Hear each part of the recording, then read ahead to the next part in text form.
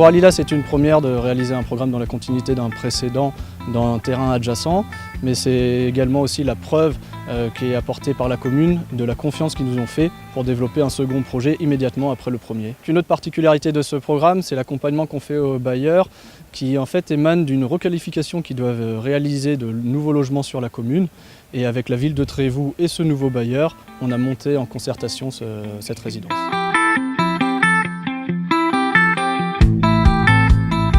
Alors je prends des photos parce que l'équipe de Dynacité n'est pas uniquement constituée de personnes qui travaillent sur Trévoux-Jacent. Et notre objectif, en tout cas le mien, c'est de pouvoir montrer à l'ensemble des équipes ce qui peut se faire sur différents territoires. Et on communique assez régulièrement aussi sur les réseaux sociaux pour casser l'image du logement social qui ne fait que des tours et des bars. Et je trouve que c'est un bel exemple d'opération qui nous permettra de faire ça. Le fait d'avoir des photos de certains équipements un peu plus haut de gamme, un peu plus esthétiques, un peu plus qualitatifs, ça peut nous permettre d'avoir des clients plus facilement.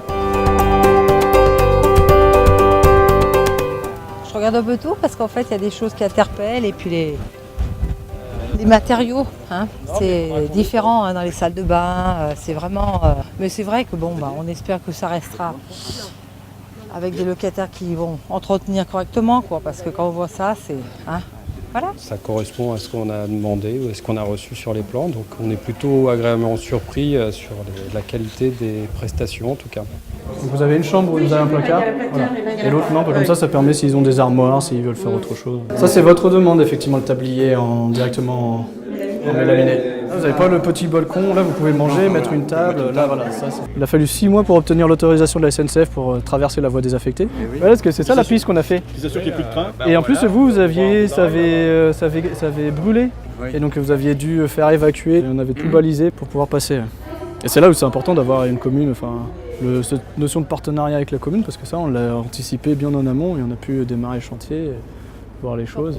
J'ai été attentive aux finitions, aux parties communes pour la mise en place de la gestion commune de ce programme, au stationnement, voilà, tout ce qui est commun, ordures ménagères, etc. Des petits détails qui pour nous comptent beaucoup. On est sur un programme qui est plutôt sympathique, nous qui a connu un bon succès en termes de commercialisation. En location-accession, hein, donc on avait 11 pavillons, T4, T5, donc oui ça correspond bien à ce que les familles recherchent sur le secteur. Ouais. Tout devrait bien se passer pour la livraison début octobre aux clients. Excusez-moi, je suis sur une conversation stationnement, je vous reprends après.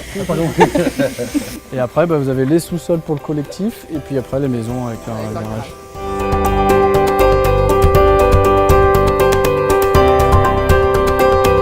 Cette visite-là, à quelques mois avant livraison, nous permet de mettre en place une bonne gestion à l'entrée dans les lieux. Il y a les aspects esthétiques qu'on regarde, et ça c'est évident, et on est très content de ce qu'on voit d'ailleurs.